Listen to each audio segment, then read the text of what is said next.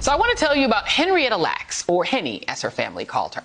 She was a mother of 5 and a grandmother to dozens. She loved to cook and dance, often with one of her kids.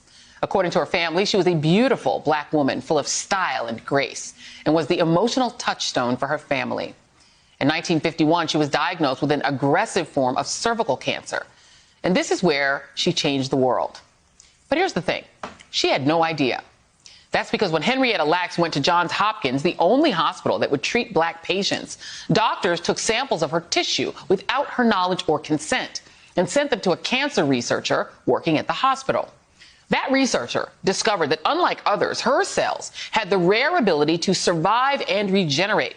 Those cells could essentially live forever, the first of its kind. And they took advantage of that with great success.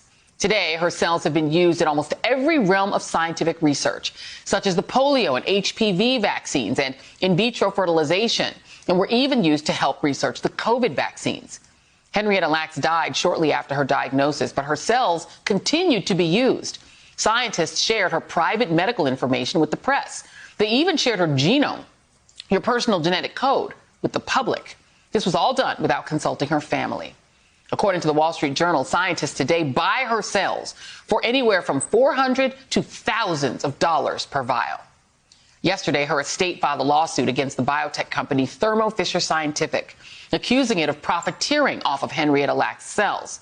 The company has not publicly responded to the suit. I'm joined now by Ben Crump, one of the family's attorneys, and Ron Lacks, Henrietta's grandson.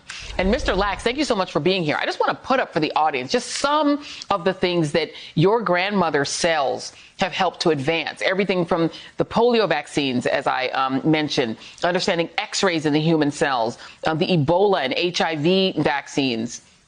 Trying to understand, the ineffectivity of Ebola and HIV, et cetera, et cetera, et cetera.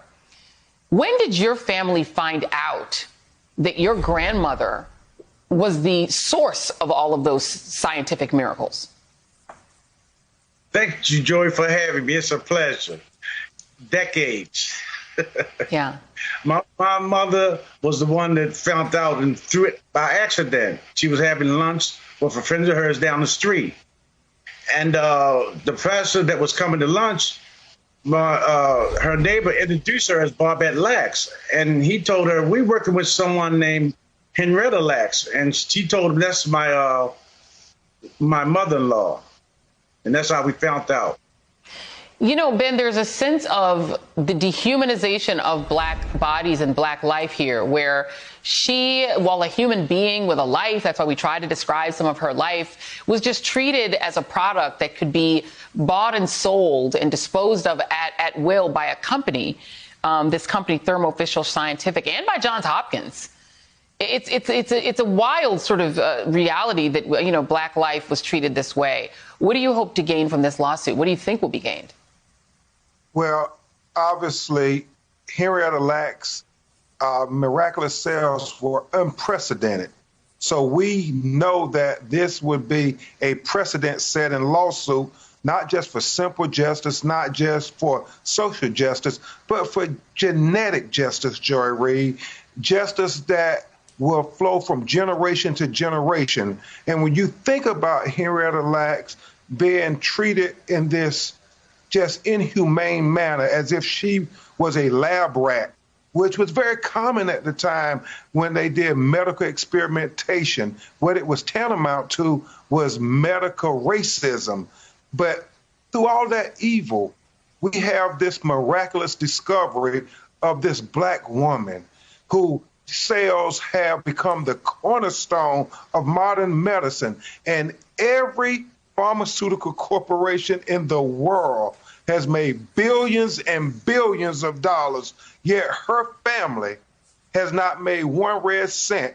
And what we're saying in this lawsuit, they have the right to define her legacy, to benefit from her legacy, and to pass her legacy on to their generations of children yet unborn, because her life mattered.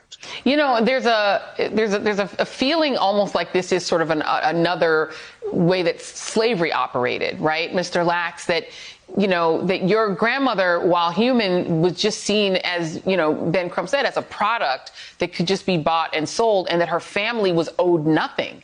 it's shocking to me that Johns Hopkins, was there any communication at the time with your grandmother to say to her, you know, you have miraculous cells or something miraculous about you? Would you be interested in any way in joining? I mean, I don't know. I know Black people weren't even treated in most hospitals. Did her doctors communicate with her at all, what they were doing? Not at all. Matter of fact, my grandfather told the story of so many doctors coming into her room was strange to them, period. You know, that she was getting so much attention. A Black person didn't get that much attention back then. So they knew something was wrong then, but never explained why. It's shocking. And so just for those who are watching, this is the HeLa cell. They literally named it after her. So they were like hiding in plain sight. It's called the HeLa, which stands for Henrietta Lacks.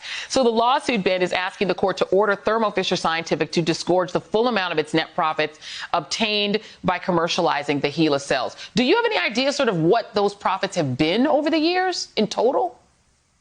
Well, we don't know, but we know Thermo Fisher alone, this distributor of the cells, reported a profit of $33 billion last year. And that's not to say what Merck Pharmaceutical, Pfizer, Johnson & Johnson, I mean, it's billions upon billions. And that's when you think about George Floyd this past year and how the corporations all made these pledges to social justice. Well, a lot of them were pharmaceutical companies as well. So if you want to honor that pledge, well, do right finally by Henrietta Lacks. Do right by Henrietta. And I'm with Mr. Ron Lacks, Joy.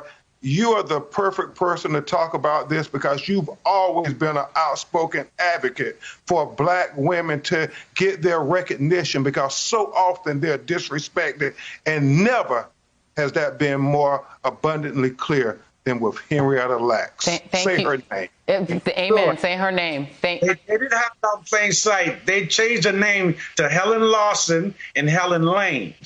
They tried it. They tried it. And you wonder why Black people don't trust the medical establishment and why we have to beg and plead with people to get vaccinated. They don't trust the system. These are the reasons that people don't trust it, y'all. There is a real reason people don't have trust. Ben Crump, thank you so much for doing what you do. Ron Lacks.